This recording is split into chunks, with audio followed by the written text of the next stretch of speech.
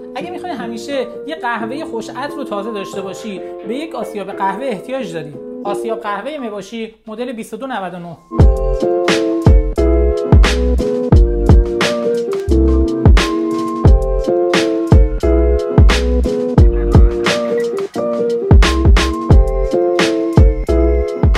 یه جنس فلز با کیفیت عالی، یه مخزن 500 گرمی دون قهوه و همینطور یه کنترل پنل تاچ که کارمون رو خیلی راحت میکنه. همینطور استند پورتافیلتره که با فشردن آسیاب فعال میشه و درجه تنظیم پودر آسیاب قهوه که از ریز تا درشت با فشردن این زامه میتونی تنظیم کنی.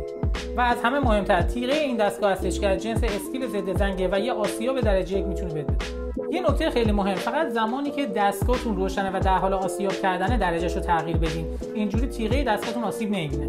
یه نکته مهم دیگه ای هم که هست، این دستگاه هم مثل اسپرسو سازا باید حتما اضافتش انجام بشه.